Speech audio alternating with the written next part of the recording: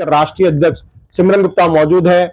और आज मैं आपको बता दूं, एक ज्ञापन इन्होंने आज महामहिम राष्ट्रपति को दिया है, देश के प्रधानमंत्री को दिया है और देश के गृह मंत्री को दिया है।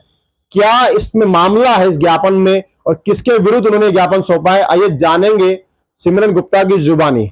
सिमरन जी, बहुत बहुत स्वागत है आपका वेकअप दिल्ली एनसीआर न्यूज में। क्या कहेंगे और किस विषय में आपने ज्ञापन सौंपा? धन्यवाद आप सभी को, जय श्री राम। ये ज्ञापन है, एक संगठन है जमीयत उलेमा हिंद, जो मुस्लिम संगठन है। इस संगठन का काम ये है कि हमारे भारतवर्ष में जितने भी बम ब्लास्ट होते हैं आतंकवादियों द्वारा, जितने भी लैंड जिहाद करने वाले जिहादी होते हैं, जितने भी हिंदू नेताओं की हत्या करने वाले आतंकवादी जिहादी होते हैं, और जितने भी दंगा करने वाले दंगाई जिहादी होते हैं, उन सभी का कानूनन मदद, उन सभी का केस, उन सभी को फाइनेंशियल सपोर्ट उनकी फैमिली के लिए ये जमीयत उलेमा हिंद संगठन करता है। ये आपके आरोप है या आपके पास कोई साक्ष्य भी है? मेरे आरोप नहीं, मेरे पास साक्ष्य हैं।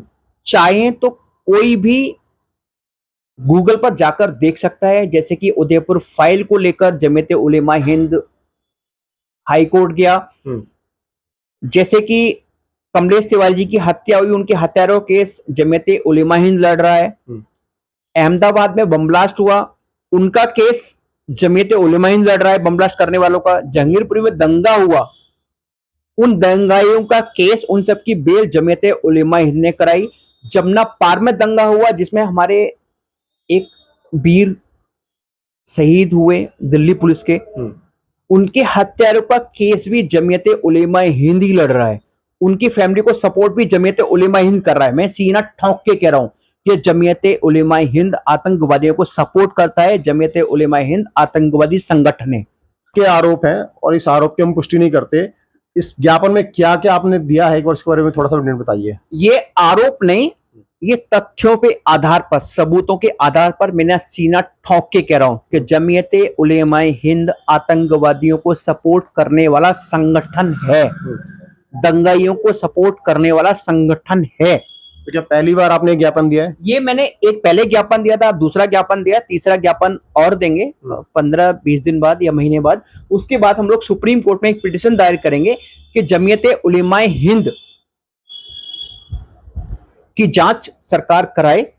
पहले हमने सरकार से मांग की है कि जमीयत उलेमा हिंद ने पिछले 10-15 सालों में, ये 15 से 20 सालों में कितनी हाई कोर्ट, सुप्रीम कोर्ट में पिटीशन दायर की, किसको लेकर दायर की, उनका उद्देश्य क्या था पिटीशन दायर करने का, और जमीयत उलेमा हिंद के पास जो फंड आता है करोड़ों का, लाखों का, वो कहां से आता है, कौन देता है, किस कार्य के लिए देता है। एक सवाल आपसे करूंगा, अभी आपने उदयपुर फाइल्स का जिक्र करा, क्या कहेंगे उस पर? मैं तो सभी सनातनी भाइयों से कहना चाहूंगा कि उदयपुर फाइल्स जाके देखें। जिस तरह जमीयत उलेमा हिंद आतंकवादियों का समर्थन, सपोर्ट करने वाला, जिहादियों की सपोर्ट करने वाला संगठन, मुस्लिम संगठन जमीयत उलेमा हिंद हाई कोर्ट गया है। ये हम बड़े दुर्भाग्य की बात है कि हाई कोर्ट के जज महोदय ने एक तरफ तो कन्हैयालाल के हत्यारों को बेल दे दी, कन्हैयालाल के हत्यारों के लिए सजा तो नहीं दिला पाए, मगर बड़ी दुर्भाग्यपूर्ण बात है कि जो कन्हैयालाल जी के हत्यारों के ऊपर, कन्हैयालाल जी की हत्या को लेकर एक सच्चाई दिखाने के लिए मूवी बनाई थी हमारे बड़े भाई अमित जॉनी जी ने, उस पर बैन लगा दिया। कहीं ना कहीं इससे हमारे भारतवर्ष का, राजधानी दिल्ली का हिंदू और सनातनी बहुत आहत है। मैं माननीय न्यायालय महोदय से और दिल्ली की चीफ जस्टिस महोदय से देखना चाहूंगा, अगर आप जरा सा भी हमारे सनातनी और हिंदू भाइयों से प्यार करते हैं, आपको सब इक्वल लगते हैं, तो इस फिल्म पे जो आपने रोक लगाई है वो रोक हटाएं। आपने जिस तरह रोक लगा के पाला सरकार के तरफ फेंक दिया कि सरकार चाहे तो इस मूवी को रिलीज करा सकती है। DK उपाध्याय जी जो हमारे माननीय चीफ जस्टिस हैं, मेरे पिता तुल्य हैं, उनका सम्मान करता हूं, उन्हें इलाहाबाद से मैं जानता हूं, बहुत सुलझे हुए इंसान हैं। शायद कपिल सिब्बल जी ने, जो हमेशा हिंदू विरोधी और सनातन विरोधी कार्य के लिए खड़े रहते हैं, सनातन को और हिंदू विरोधियों के लिए कार्य करने के लिए हमेशा तत्पर रहते हैं, उन्हें कुछ गलत गाइड किया हो तो इसीलिए उन्होंने लगाई हो। मुझे पूरी उम्मीद है कि हमारे चीफ जस्टिस महोदय बहुत जल्दी इस निर्णय को पलटेंगे अपने विचार रख के। और मैं सभी सनातनी भाइयों से कहना चाहता हूं, अगर आप अपने सनातन से प्यार करते हैं, अपने हिंदुत्व से प्यार करते हैं, आप एक सच्चे हिंदू सनातनी हैं, तो उदयपुर फाइल्स को जाकर देखें। दिल्ली में बैन है, अन्य जगह बैन नहीं है।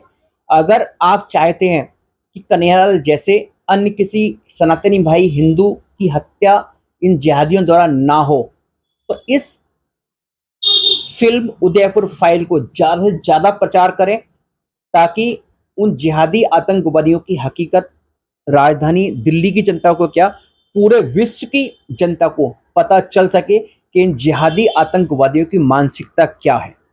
उदयपुर फाइल की पूरी तरह सपोर्ट करता हूं और मैं कन्हैयालाल जी के परिवार को भी हर तरह सपोर्ट करता हूं।